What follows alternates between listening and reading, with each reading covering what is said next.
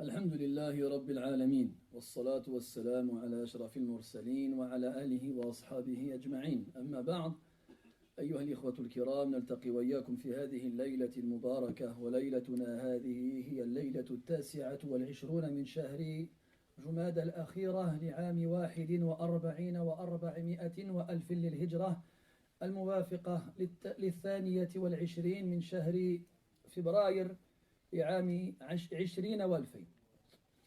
كعادتنا نلتقي في ليلتي الأحد والاثنين لنشر المصحف بين أيدينا بإذن ربنا جل وعلا ولتلاوته وتدبره وذكر ما نقل من كلام أئمة أمتنا في تفسير كلام رب العالمين جل في علاه. وقد وفقنا الله عز وجل حتى وصلنا إلى سورة الإخلاص وقد قرأنا منها الآيتين الأوليين.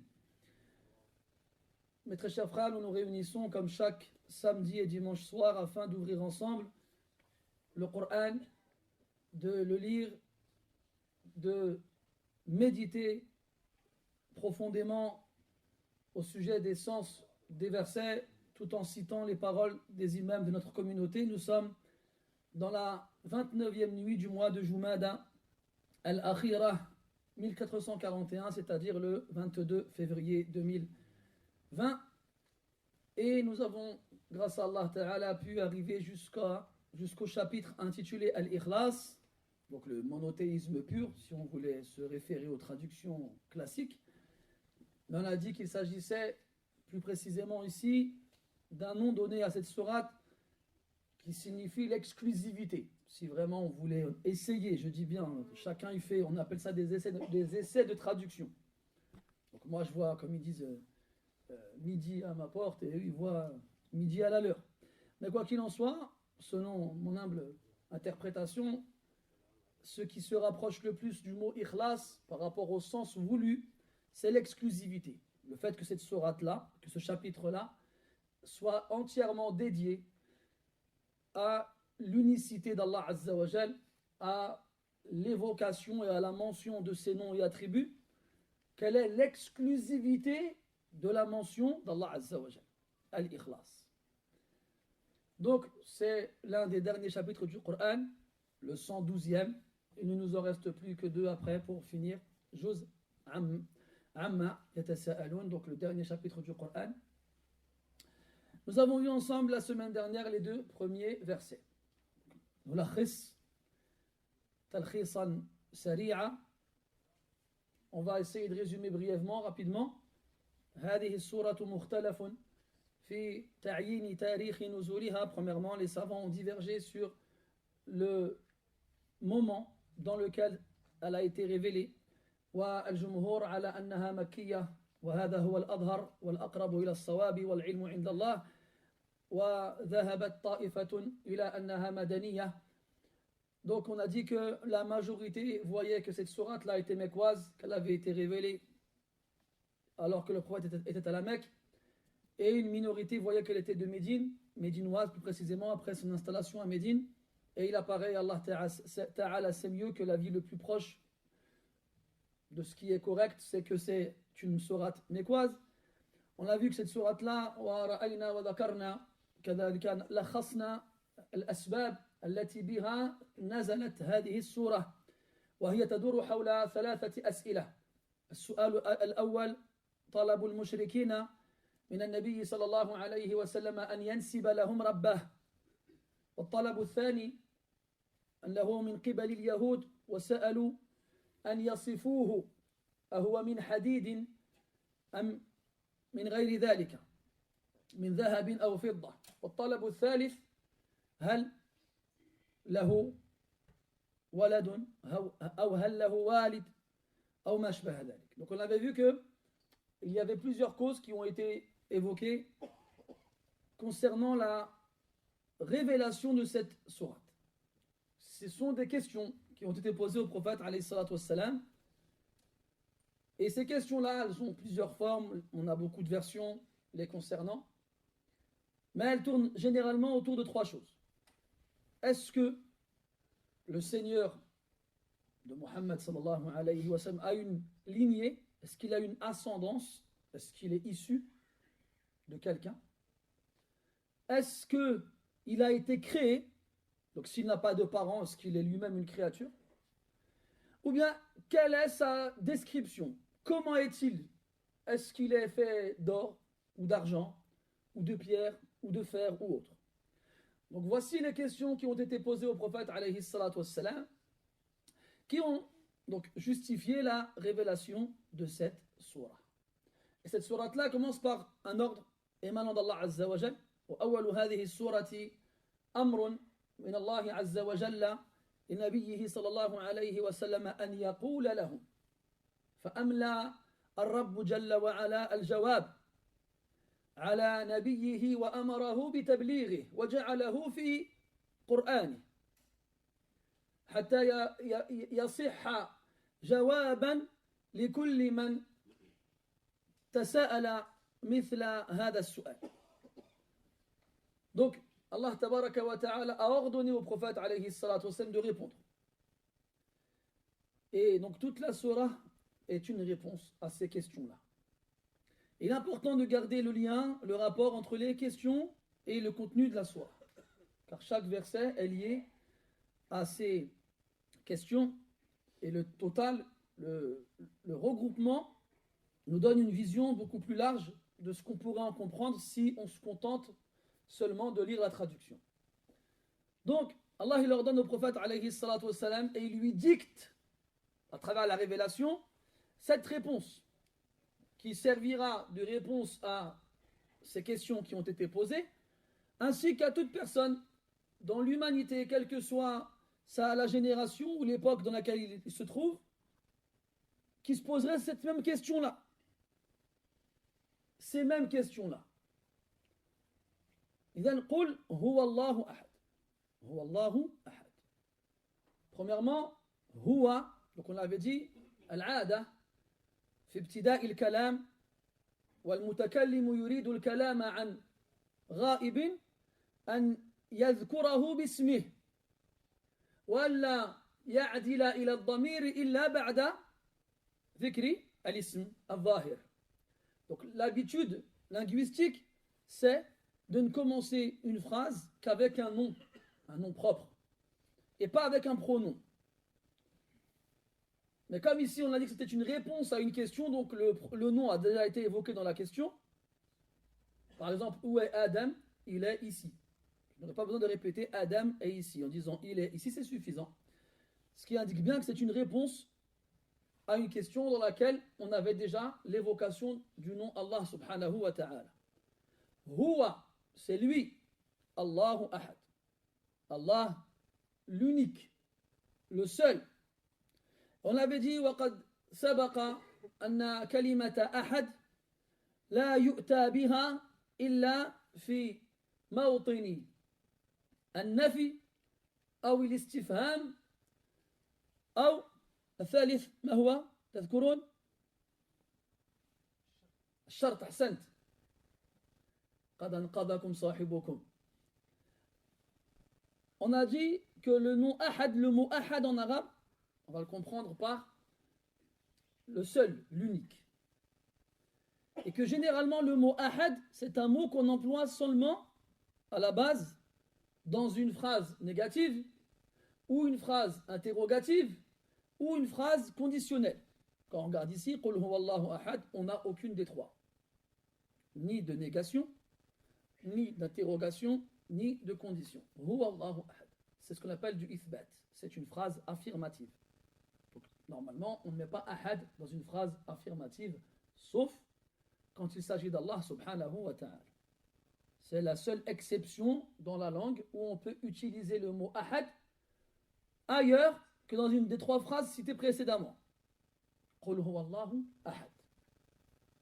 Et le but ici, malgré le fait que la phrase soit à l'affirmatif, c'est de nier toute ressemblance, toute similitude avec l'image qu'ils ont eux de tout ce qui est Dieu, de tout ce qui est adoré.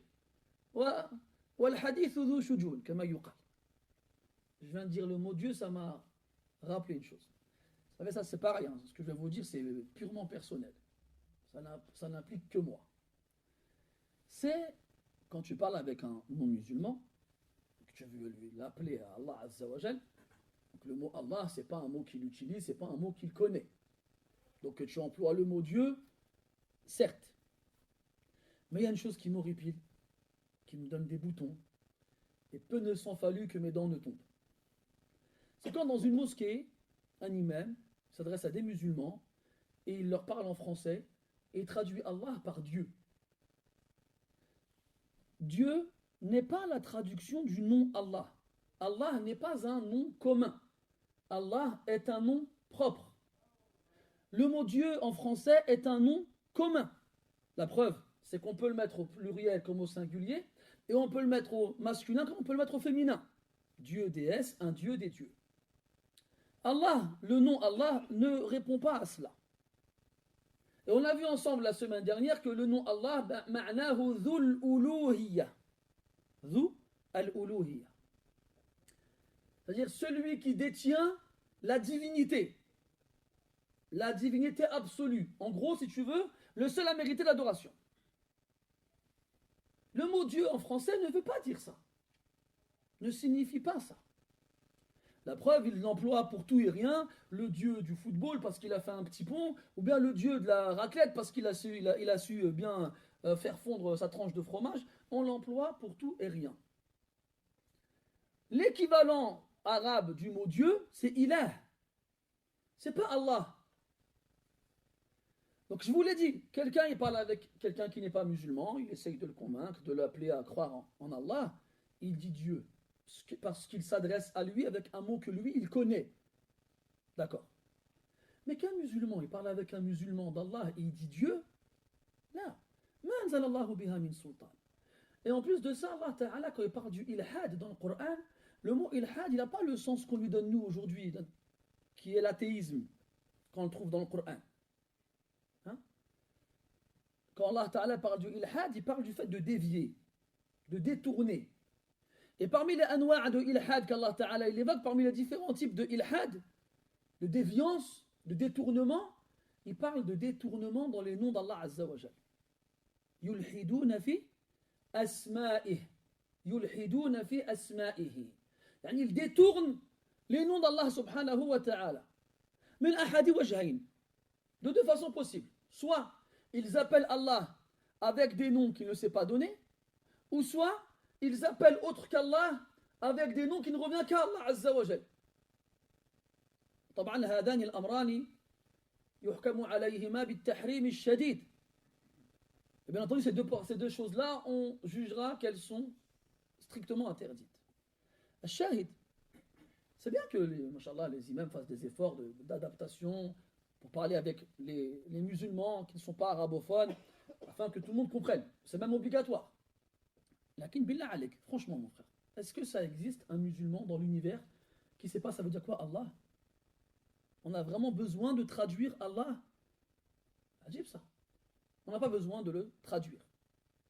Donc s'il vous plaît, laissez Allah tel quel. C'est-à-dire le nom d'Allah Azza wa Jal, laissez-le tel quel. Wallah ya ahbabi. La adri, hal fikum man darasa al-nahwa wa تضلع فيه يجد اختلاف النحويين في كيفية التعبير في الإعراب إذا كان الاسم الأحسن موجودا في الجملة. Wallah mes frères, je ne sais pas si vous avez étudié la grammaire. Ce n'est pas une science proprement dit islamique. C'est une science linguistique, la grammaire de la langue arabe. Dans la grammaire, on fait ce qu'on appelle du i'rab, de l'analyse grammaticale, qui consiste à prouver que tu as compris la fonction du mot dans la phrase. Tu lis une phrase, Jalasa Muhammadun ala al-ard. Je dis Muhammadun ici, quelle est sa fonction dans la phrase? Tu me diras, c'est le fa'il parce qu'il est marfou' kada kada. Donc en analysant grammaticalement le mot, tu me prouveras que tu as compris le rôle qu'il joue dans la phrase. Lorsque dans une phrase, on a le nom Allah, il existe une divergence chez les savants sur la façon de nommer le nom d'Allah. Imagine-toi, de quelle façon on va nommer le nom d'Allah dans la phrase? Je donne un exemple. Al-Muslimu ya'budu Allah. Le musulman adore Allah. Donc ici, dans la phrase, on a un sujet, un verbe et un complément d'objet direct. Le complément d'objet direct, en arabe, on l'appelle al-maf'oul. Al-maf'oul. C'est-à-dire celui à qui on fait. Parce que le maf'oul, il subit l'action. Mais l'adab, مع الله سبحانه وتعالى يقتضي ألا نقول الله كذا. Parce que la bienséance vis-à-vis d'Allah Azza wa Jal impose qu'on ne puisse pas dire dans une phrase que Allah, c'est celui à qui on fait. On fait rien Allah. C'est Allah Ta'ala qui fait. Donc les grammairiens se sont creusés la tête pour choisir, pour trouver une expression correcte qui correspond au adab, à la bienséance qu'on doit avoir avec Allah dans une analyse grammaticale. Alors il y en a qui ont dit quoi? Lafdhul jalal. Au lieu de dire Allah dans ta phrase, tu remplaceras ça par lafdhu al-jalal. Al-lafdh, ça veut dire le mot, le terme. Et là, ils ont dit, non, là-dedans aussi, il y a un khalal, il y a un truc qui ne va pas. Pourquoi? Parce qu'à la base, le mot lafdh, ça veut dire jeter. Comme Allah dit dans le Coran, ma yalfidhu min qawlin. Il n'y a pas une parole qu'il prononce. Parce que quand tu parles, tu jettes le mot de ta bouche. Donc, lafdhu al-jalala, ça reviendrait à dire jeter la magnificence, jeter la majestuosité. Donc, ça reste encore à revoir. Alors, ils ont dit, on va lui préférer ismul jalala. Ismu al-jalala. Yani le nom de la magnificence. Le nom de la majestuosité. Et là, ils ont dit non. Allah Ta'ala a plusieurs noms. Walillahi al-asma'ul husna. Inna lillahi tis'an wa tis'in asman. Allah, il a 99 noms. Donc on ne peut pas dire le nom de la majestuosité parce que ça reviendrait à dire qu'il n'y en a qu'un seul. Donc c'est encore un problème. Alors on va dire al-ismul ahsan. Le meilleur des noms. Al-ahsan. Et là, c'est une divergence, comment on appelle ça? Lafdhiya. C'est une divergence d'ordre verbal qui ne va pas impliquer de différence dans le résultat. Mais c'est juste pour vous montrer comment les ulama, ils se grattent la tête, ils se creusent la tête pour trouver la meilleure expression quand on parle d'Allah subhanahu wa ta'ala. Regarde les djinns. Les djinns, dans surat al-djinn, qui ont vécu dans la mécréance et qui ont erré dans l'ignorance pendant des années, ils écoutent le Coran la première fois. قل أوحي إلي أنه استمع نفر من الجن فقالوا إنا سمعنا قرآنا عجبا. Ils disent, nous avons entendu une lecture merveilleuse. Ah, c'est seulement on disait ça nous aussi quand on écoute le Coran. Puis ils expliquent d'où ils viennent, qu'est-ce qu'ils faisaient. Ils s'asseyaient dans le ciel, ils tendaient l'oreille à l'affût des informations qui tournent entre les anges. Et puis ils se faisaient chasser. Et regarde comment ils parlent. وَأَنَّا لَا نَدْرِي أَشَرٌ أُرِيدَ بِمَنْ فِي الْأَرْضِ أَمْ أَرَادَ بِهِمْ رَبُّهُمْ رَشَدًا. Et nous ne savions pas. Est-ce que c'était un mal qui était voulu pour les habitants de la terre, qui était voulu à la voix passive, sans citer le sujet? Ou ou bien est-ce que leur Seigneur a voulu pour eux une droiture? Donc quand ils ont invoqué la droiture qui est quelque chose de bien, ils ont dit Rabbuhum. Quand ils ont invoqué le mal, qui est quelque chose donc de mauvais, ils ont dit Urida bihim. On a voulu pour eux. Dans Surat Ar-Rahman, une trentaine de fois, Allah Ta'ala il répète Fabi'ayyi ala'i rabbikuma tukadhiban. Il s'adresse aux êtres humains et aux djinns. Quand la sourate a été révélée, les Sahaba radiyallahu anhum, ils l'ont écouté attentivement, en restant silencieux. Le prophète leur dit salam, vos frères parmi les djinns, kanu ahsana jawaban minkum. Ils ont une meilleure réponse que vous. Comment cela? Ma min marratin. Il n'y a pas une seule fois où ils ont entendu. Fabi'ayyi ala'i rabbikuma tukadhiban. Lequel des bienfaits de votre Seigneur allez-vous nier? Tukadhiban antuma ma'ashara al-jinni wal-ins. Vous, les êtres humains et les djinns. Eux, ils ont répondu on ne niera aucun de tes bienfaits, ya Rabbana falakal hamd. Aucun. Chaque fois qu'il entendait, il répétait comme ça. Ala kulli hal, tout ça pour vous dire que plus on a du adab avec Allah subhanahu wa ta'ala, plus ça revient à nous bil khayr wal barakat wal rahamat. Ça revient vers nous avec le bien et la bénédiction et la miséricorde. Et on le ressent même dans sa foi. Parce que celui qui est azam, qui glorifie son Seigneur, il n'est pas comme les autres. Comme quelqu'un, comme c'est malheureusement le cas chez beaucoup de personnes, qu'Allah il nous réforme.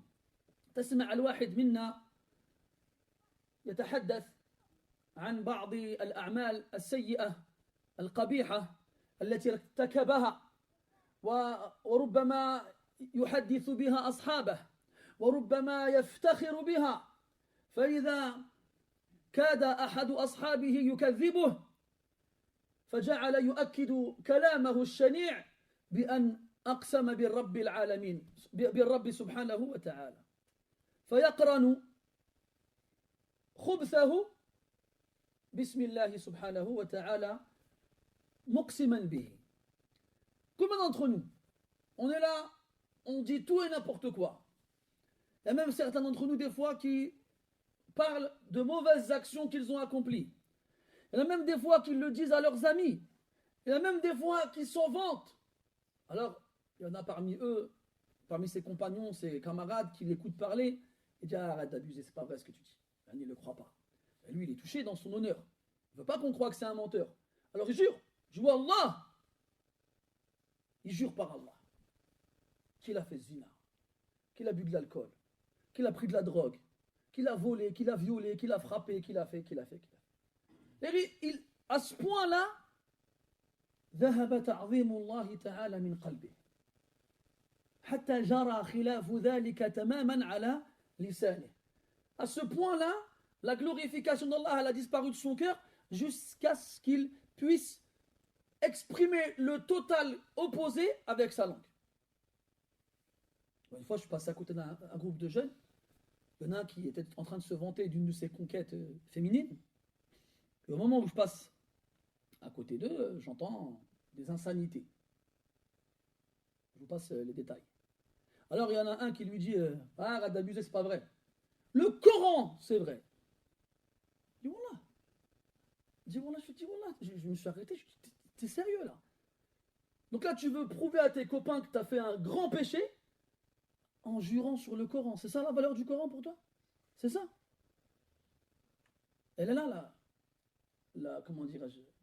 Il est là le bas qui blesse et le point qui fait mal. Je vous ai longtemps et souvent répété le hadith de Isa alayhi salam. C'est pas pour rien que je vous répète ces choses-là.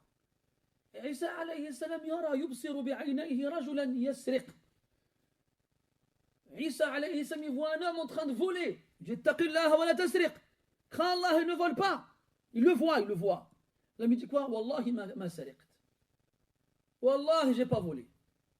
Wallah. Toi tu le vois, il est devant toi. T'aurais fait quoi toi? Tu te moques de moi, en plus tu voles, en plus tu mens, tu l'aurais giflé. Si t'as le courage. Et Isa alayhi salam il regarde comme ça, il lui dit Amantu billahi wa kazzabtu aynay. D'accord. Parce que dans sa conception des choses, c'est pas possible que quelqu'un il jure par Allah et il mente. Alors il dit quoi? Ah t'as juré par Allah que t'as pas volé, d'accord. Eh bien moi je crois en Allah et je dément mes yeux. Voilà, je crois pas en mes yeux. Ce qu'ils ont vu, c'est pas vrai. C'est ça, glorifier Allah subhanahu wa ta'ala. Mais il n'a pas de valeur. Il vaut rien. Même si, bien sûr, personne n'osera dire ça. Personne. لكن هذا يتجلى في أفعال العبد وأقواله. Ça se voit dans les actions de la personne et dans ses paroles. كيف تعظم ربك? Comment est-ce que tu glorifies ton Seigneur? Quelle est la valeur qu'il a dans ton cœur? Ce Seigneur pour lequel tu te prosternes. Ce Seigneur que tu invoques et que tu adores. Ce Seigneur que tu es censé craindre et espérer. Ce Seigneur que tu es censé vouloir rencontrer plus que tout. Et ce Seigneur que tu vas rencontrer, que tu le veuilles ou non. Taïb. Idem, on a dit, quand on parle d'Allah Azza wa Jal, il faut vraiment qu'on ressente à quel point on le glorifie dans nos cœurs. Et ne pas en parler comme si on parlait de son père ou de son frère ou d'un voisin ou d'un vulgaire inconnu. Non. C'est pour ça que, justement, dans notre religion, on ne laisse pas de place à la moquerie avec tout ce qui touche à notre religion. On ne laisse pas de place. Rigole avec ce que tu veux. Rigole pas avec notre religion. قل أبي الله وآياته ورسوله كنتم تستهزئون لا تعتذروا قد كفرتم بعد إيمانكم. Est-ce d'Allah, de ses signes, de son messager dont vous vous moquez? Ne vous excusez pas, vous avez certes mécru après avoir eu la foi. Aujourd'hui, c'est devenu monnaie courante. On a beaucoup de maghrébins, de gens qui se prétendent musulmans, qui deviennent aujourd'hui des comiques, des humoristes, qui brûlent les planches, comme on dit. J'espère que ce n'est pas un mauvais présage pour eux. Eh bien, ils trouvent tout ce qu'ils trouvent à dire. C'est-à-dire qu'il y a 1 milliard de choses sur lesquelles rire dans l'univers. Non. Il veut se moquer de sa religion à lui, parce qu'il dit « je suis musulman ». Mais il ne veut pas seulement s'en moquer, mais il veut en plus de ça que les gens rient avec lui de ça. Vous savez, Allah il dit dans le Coran « Inna allazina fatanu al-mu'minina wal-mu'minat thumma lam yatubu falahum adhabu jahannama wa lahum adhabu al-hariq » Ceux qui tentent les croyants et les croyantes, puis ne se repentent pas, ils auront le châtiment de l'enfer et ils auront le châtiment de la fournaise, al-hariq, de l'incendie, celle qui brûle. Ben ces gens-là, c'est des fattanin, des fattanoun. Parce que non seulement ils plongent à pieds joints dans ce grand péché qui est de se moquer de tout ce qui a un rapport avec Allah Ta'ala de près ou de loin, mais en plus de ça, ils poussent les gens à en faire de même. À en faire de même. Et c'est une catastrophe. Parce que c'est devenu normal. Et quand toi t'arrives avec des gens, et qu'il y en a un qui se permet de faire une blague avec le Coran, avec un verset du Coran, avec le prophète, avec les sahaba, avec Allah Azza wa Jal, tu dis oh, tu rigoles pas avec ça. Ouais, c'est bon, écoute, de toute façon, on peut jamais rigoler avec vous. Voilà, c'est nous les méchants, c'est nous les rabat-joie, c'est nous qui cassons l'ambiance. C'est pour ça qu'on ne veut pas s'asseoir avec vous. Ah bon? Non, c'est nous, on ne veut pas s'asseoir avec vous. Moi, je ne m'assois pas à quelqu'un qui insulte mon Seigneur. Je ne m'assois pas à quelqu'un qui se moque de ma religion. Dis ce que tu veux, mais je ne reste pas avec toi. Allah dit dans le Coran فَلَا تَقْعُدْ بَعْدَ الذِّكْرَى مَعَ الْقَوْمِ الظَّالِمِينَ وَإِذَا رَأَيْتَ الَّذِينَ يَخُوضُونَ فِي آيَاتِنَا فَأَعْرِضْ عَنْهُمْ حَتَّى يَخُوضُوا فِي حَدِيثٍ غَيْرِهِ إِنَّكُمْ إِذًا مِثْلُهُمْ. Lorsque tu vois les gens qui raillent, qui se raillent de nos signes, de nos versets, qui s'en moquent, qui débattent avec ignorance, sans rien savoir. Mais aujourd'hui, moi je pense qu'il n'y a pas de mal, mais qui t'a demandé ton avis à toi? Qui? Quand le médecin il veut t'opérer parce que tu as une, je sais pas moi, qui veut t'enlever la vésicule biliaire, je crois qu'il te demande ton avis. Demande pas ton avis, t'endors. C'est ce qu'on devrait faire avec les gens. On est naas. Non, moi je pense que. Mais de quel droit tu penses? Moi je ne sais pas lire l'arabe, je ne connais pas le Coran, mais je pense que c'est halal. Masha'Allah. Et donc, ça, se moquer, t'es avec des gens comme ça, fa'arid anhum. T'as pas de pouvoir sur eux, t'as pas d'autorité sur eux, tu peux pas leur imposer quoi que ce soit. Alors, au minimum, abstiens-toi de rester avec eux. Fa'arid anhum, hatta yakhudu fi hadithin ghayrih. Détourne-toi d'eux jusqu'à ce qu'ils passent à un autre sujet. Et si tu ne le fais pas, alors tu seras comme eux. Si tu ne le fais pas, tu seras comme eux. Ala kulli hal. Wallahi, c'est cette génération de comiques et de rigolos, de marionnettes. Pas de marionnettes, des guignols. C'est ça le vrai terme. À l'époque, le guignol, c'était vraiment un personnage, une marionnette qui servait à faire rire les enfants. Eh bien, c'est des guignols. Dans le vrai sens du terme. Tu le mets sur une scène, il raconte des bêtises et tout le monde rigole. Et on le paye, hein. T'as vu? Regarde les gens comment ils valorisent ceux qui les euphorisent pour la rime. Celle-là, j'aime bien, ça l'écrivez là. Regarde comment ils valorisent ceux qui les euphorisent. C'est comme celui qui veut oublier ses problèmes, ses soucis. Il va voir le dealer du coin, il achète de la drogue. Quand il a des vrais problèmes, il prend de la drogue dure, pardon. Quand il a des problèmes vite fait, il prend de la drogue douce. Drogue douce. T'as vu comment ils nous ont bien eu avec ça aussi? Drogue douce. Il n'y a pas de drogue douce. Il n'y a que des drogues dures. Toutes les drogues, elles sont dures. Toutes. Sans aucune exception. Et combien ça coûte? Moi, je ne connais pas les prix. Hein. Je ne me suis jamais intéressé à ça, alhamdoulilah. Et pour la parenthèse, dans la parenthèse, j'étais en seconde.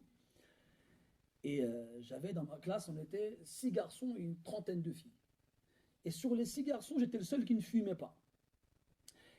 Et ils ne fumaient pas seulement que des cigarettes, hein, ils fumaient des joints à longueur de journée. Et bien entendu, dans le rôle du prédicateur dans le mal, tout le temps, il me proposait d'essayer. Essaye, juste essaye. Tu veux? D'accord, essaye. Tous les jours. Un jour, il en avait ramené une, je ne sais plus de quelle bled elle venait. Il a dit non, celle-là, elle est refifa. Tu vas rien sentir. Essaye. Donc, au début, je l'écoutais, je l'ai pris comme ça. Je l'ai regardé. Je l'ai rendu. J'ai pas besoin de ça. Pourquoi? J'en ai pas besoin. Autre parenthèse dans la parenthèse, je ne faisais pas la prière à cette époque-là. J'étais loin d'être un modèle islamique. Hein? Donc c'est même pas une question de piété au cas où quelqu'un se dirait quoi que ce soit. Non. C'était de la pure réflexion, ni plus ni moins.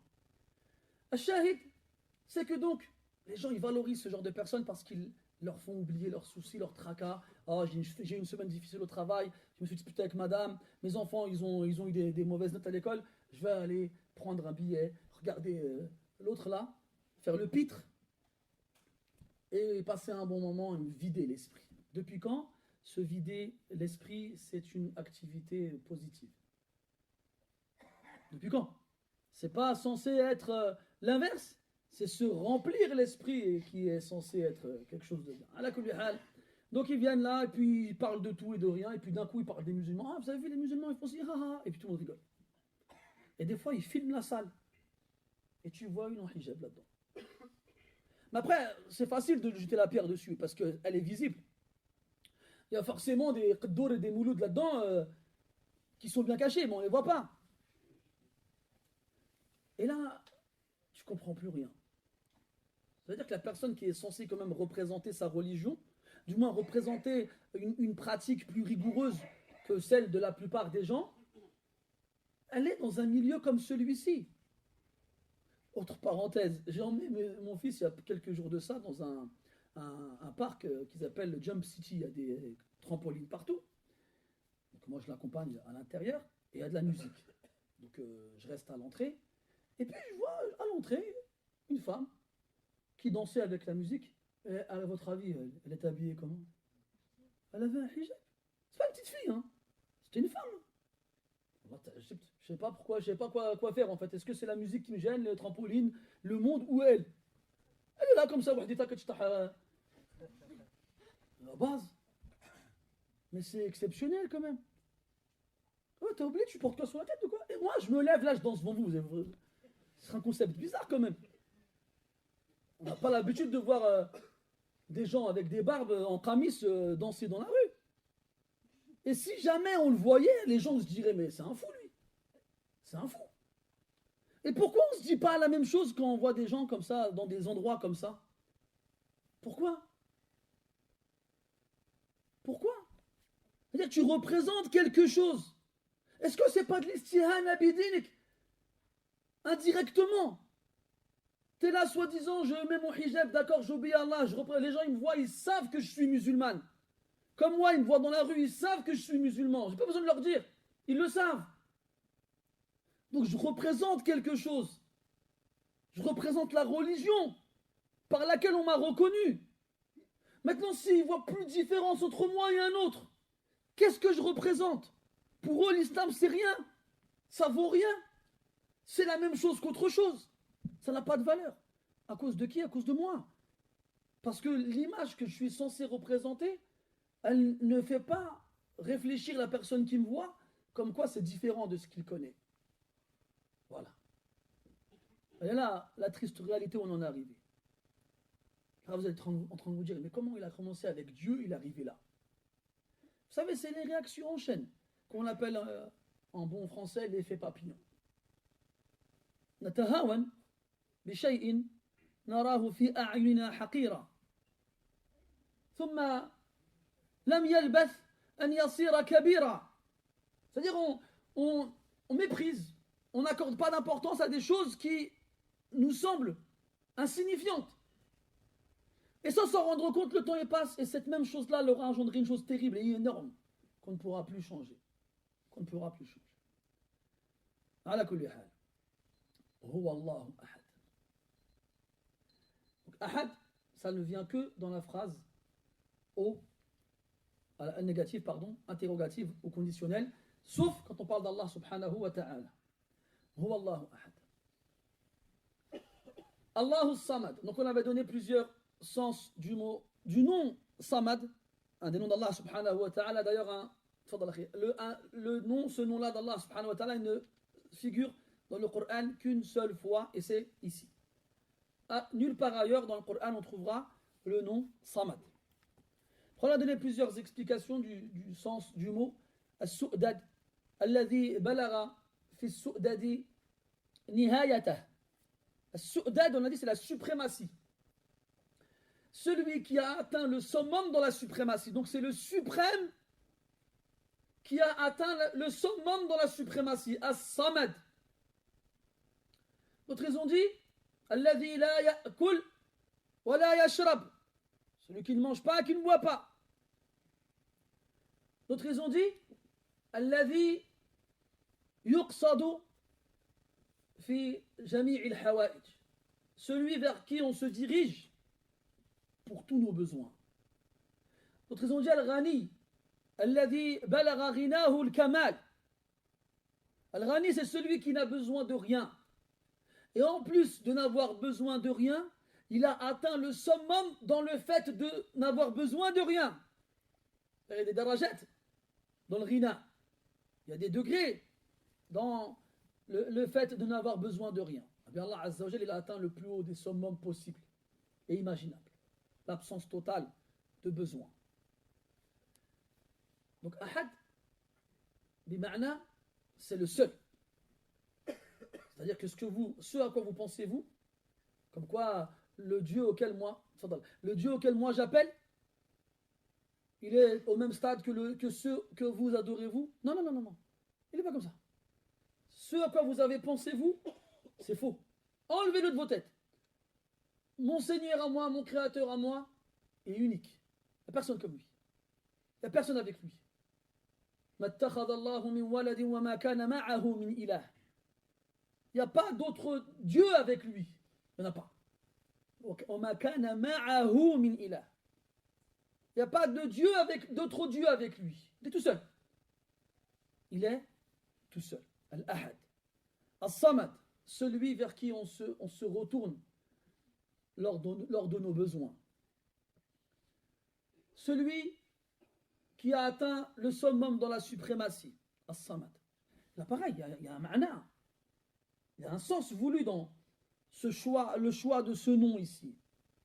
Parce que لماذا؟ لأن آلهتهم التي يعبدونها من دون الله تحتاج إليهم. Parce que les dieux que eux adorent en dehors d'Allah Azza wa Jal, eux ils ont besoin de leurs adorateurs.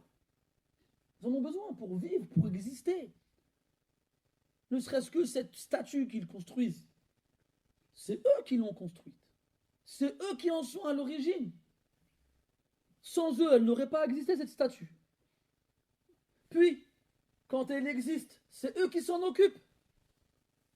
C'est eux qui le nettoient et qui l'embellissent. Et c'est à elles qui ramènent des offrandes. Sans eux, elle ne servirait à rien. أما الله عز وجل فالعكس تماما. Quant à Allah subhanahu wa ta'ala, c'est l'inverse total. C'est nous qui n'aurions pas existé si Allah ne l'avait pas voulu. Yarhamukallah.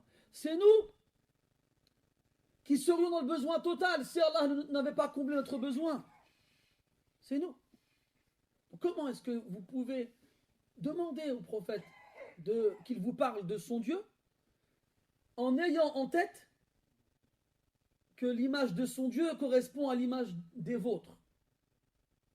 وقد تطرقت لذكر هذا الموضع في الدرس السابق. Je vous ai parlé de ce sujet-là qui est très important dans le cours précédent. Quand quelqu'un te pose une question, tu dois bien réfléchir à ce qu'il veut vraiment. Et tu dois lui donner la réponse à laquelle de laquelle il a besoin, pardon. Pas te contenter de comprendre ce qu'il a dit et de lui répondre. Non, il faut que ta réponse elle soit plus forte que la question qu'il est posée. Il faut que tu comprennes ce qu'il recherche lorsqu'il pose la question. Et comme bien entendu Allah tabaraka wa ta'ala alimun bidhati sudur, il sait mieux que quiconque ce que cachent les poitrines. Allah ta'ala il sait ce que eux ils ont compris quand ils ont demandé et à quoi ils pensaient quand ils ont posé leurs questions. Tu dois réfléchir toi aussi. Pourquoi cette question? Pourquoi? Si tu n'as pas compris le sens caché, demande. لا تستعجل في ذكر الإجابة إن كانت عندك. Ne te précipite pas quand on te pose une question à donner la réponse si tu l'as, alors que tu n'as pas vraiment saisi ce qu'il voulait. Là, tamahal. Prends du temps, fakir, et réfléchis avant de te précipiter. طيب. C'est comme ça c'est un procédé politique connu. Même Hatta, c'est un procédé rhétorique connu qui est utilisé très souvent par les politiques. Remarquez, on leur pose des questions, puis quand ils répondent, ils commencent loin de la réponse, puis ils te font croire qu'ils vont arriver progressivement à la réponse, mais en fait ils te perdent dans les détails de la réponse, puis à la fin ils ont fini de parler, toi tu ne sais pas à quoi il a répondu, mais tu te contentes de ce qu'il a dit. Donc c'est l'art de la parole. Et il y a certes dans l'éloquence une sorcellerie. Donc fais attention. Combien كم منا أراد خيرا فأجاب على سؤال طرح عليه فوقع في الفخ.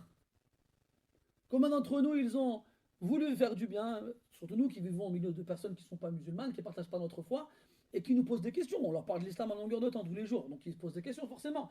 Alors ils trouvent des musulmans au travail, dans le bâtiment, à l'école. Ah, t'es musulman, mais pourquoi vous faites ça?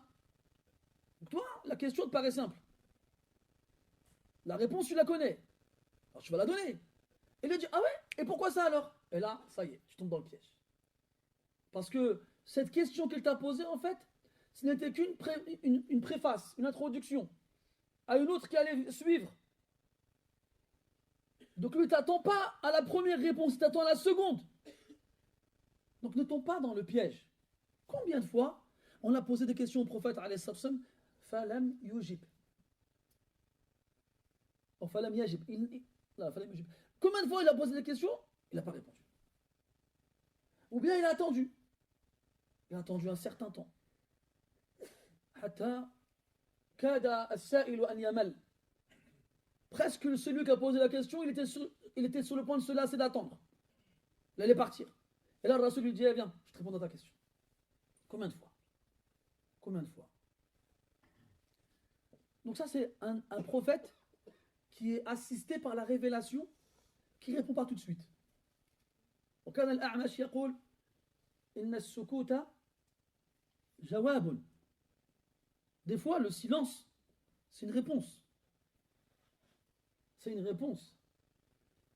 Donc si, il vaut mieux dire, va demander à un imam, va demander à quelqu'un qui a étudié, moi je ne peux pas te répondre.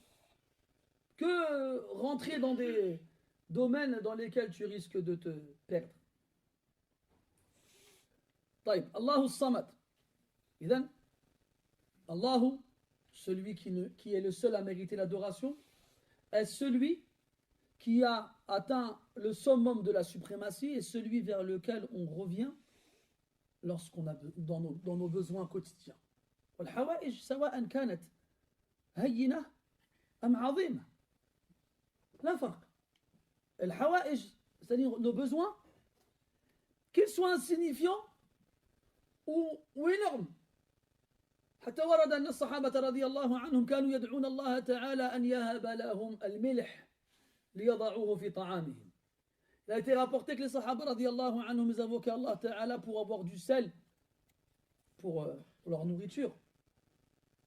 Ou bien ينقطع شراك نعل أحدهم فيدعو الله عز وجل أن يصلحه. هل خطر ببال أحدنا مثل ذلك؟ L'un d'entre eux, le lacet de sa sandale se craquait, se déchirait. Il invoquait Allah ta'ala pour qu'il lui en donne un autre, ou qu'il lui répare. Ça nous arrive à nous. Billah alek, le lacet de ta chaussure, il se déchire. Je dis, ah mince. Il y en a qui jettent leurs chaussures parce que le lacet s'est déchiré. Hein. Voilà. Eh bien, est-ce que l'un d'entre nous a pensé à faire dua pour ça? On va pas penser à faire ça. Le Nabi sallallahu alayhi wa sallam, il éduquait les compagnons radiyallahu anhum wa in kanu sigar as-sin. Même s'ils étaient petits en âge, il leur inculquait ça dès le plus bas âge. Comme في حديث ابن عباس رضي الله عنهما إذا سألت فاسأل الله وإذا استعنت فاستعن بالله. Il a dit à Abdullah ibn Abbas, Ya ghulam, inni u'allimuka kalimat. Jeune homme, petit, je vais t'apprendre quelques mots. إذا سألت فاسأل الله. Quand tu demandes, demande à Allah. وإذا استعنت فاستعن بالله. Et quand tu as besoin d'une aide, demande celle d'Allah. Et c'est comme ça que les enfants ils grandissaient avec le prophète alayhi salatu wassalam. Leur inculquer ça dès le plus bas âge. N'attendez pas qu'ils grandissent et puis c'est trop tard, c'est fini. Ça est, comme nous. On a vécu dans le matérialisme. Billah alaykum, billah alaykum, billah alaykum. Il nous arrive un pépin à l'un d'entre nous. La voiture a tombé en panne. Le chauffe-eau, il ne fonctionne plus. Le téléphone ne veut plus s'allumer. Il y a un milliard de galères qui nous arrivent tous les jours. Est-ce qu'on a le réflexe, avant d'appeler le plombier, ou d'appeler l'électricien, ou d'appeler le mécanicien, ou d'appeler, est-ce qu'on a le réflexe de faire dua, de demander à Allah subhanahu wa ta'ala? Est-ce que ce réflexe sont là? Pourtant, le Rasul a dit wa idha sa'alta fas'alillah. Quand tu demandes, demande à Allah. الصحابة رضي الله عنهم كانوا يبايعون النبي صلى الله عليه وسلم على ألا يسألوا الناس شيئا. Certains compagnons comme Abu Dharr رضي الله عنه, quand il a prêté allégeance au prophète sallallahu alayhi wa sallam, il a, parmi l'engagement qu'il a pris, il a dit je ne demanderai jamais rien à personne, jamais rien. فكان يركب دابته وهي تحمل أغراضه فيسقط متاع من أمتعته على الأرض والناس يمرون بجنبه وباستطاعته أن يوقف أحدهم فيسأله أن يعطيه متاعه الذي سقط على الأرض فلم يفعل بل ينزل من على دابته ويأخذ متاعه المسقوط ثم يعيده إلى مكانه مع ما يكلف هذا كله من جهد وتعب. لأجل ماذا؟ لأجل العمل بما بايعوا به النبي صلى الله عليه وسلم على ألا يسأل الناس شيئا. Abu Dharr, il se préparait à voyager. Il chargeait sa monture avec ses provisions et ses bagages. Puis, il montait sur sa monture. C'est pas un vélo ou bien une trottinette ou bien un mulet ou un âne. C'était un dromadaire. Pour ceux d'entre vous qui sont déjà montés sur un dromadaire, vous savez à quel point c'est grand. En plus, je ne sais pas si vous avez un petit peu déjà vu comment les voyageurs dans le désert à dos de dromadaire, ils chargent leur bête. Donc il est là, il charge sa bête, il met ses provisions, il met ses affaires, il met ses bagages. Il monte et il y a un sac qui tombe par terre. Ça va être une difficulté assez gênante de devoir faire descendre sa bête, récupérer ce qu'il a fait tomber, le remettre à sa place, alors qu'il y a des gens qui passent devant lui, derrière lui, à côté de lui, les uns après les autres. Ça aurait été facile pour lui, et permis et licite. Et il n'y aurait eu aucun mal dans cela. De dire, Ismaili Akhoya, comme on nous aurait fait. Ismaili Akhoya, avec, s'il te plaît, frère, donne-moi ça qui est par terre. Et l'autre, il t'aurait dit, Akhoya, il t'aurait dit, pas de problème. Il t'aurait donné sans problème. Il t'aurait fait un sourire, Allah rahmou il serait parti, tout le monde serait content. Voilà qui عجبك اخويا نمشيو نتغداو شويه ولا et c'est le début d'une longue histoire d'amitié. على كل حال ça aurait très bien pu se passer comme ça. Mais non, Abu Dhar non. Abu Dhar il a posé sa main sur celle du prophète sallallahu alayhi wa sallam. Il a dit أبايعك على السمع والطاعة وأبايعك على ألا أسأل الناس شيئا. Je te prête allégeance sur le fait de t'écouter et t'obéir, comme je te prête allégeance sur le fait de ne rien demander à personne.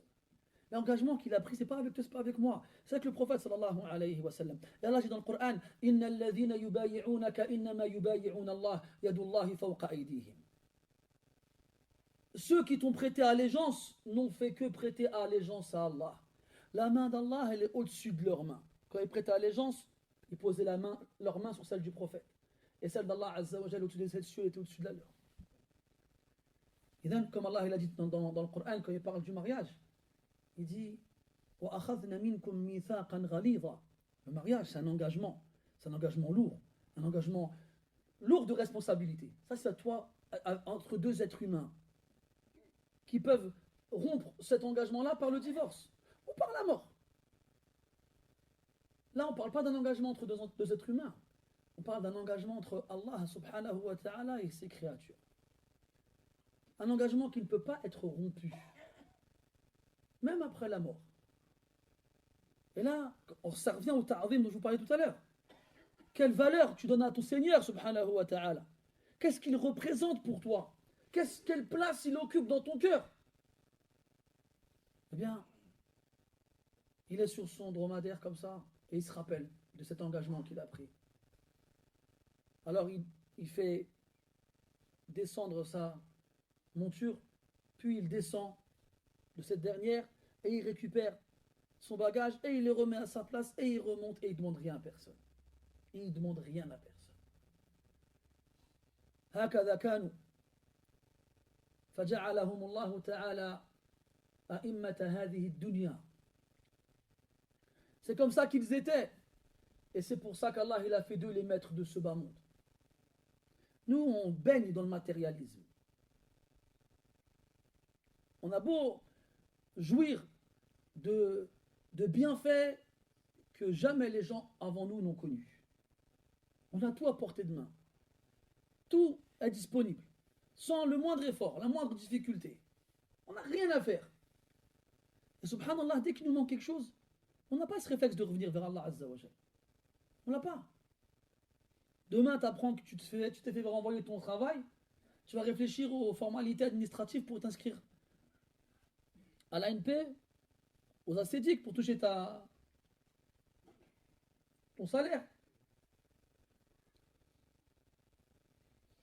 La voiture elle tombe en panne, on va penser directement, ça va me coûter combien, je vais voir qui, il faut que je prenne un rendez-vous, j'ai pas le temps, je travaille.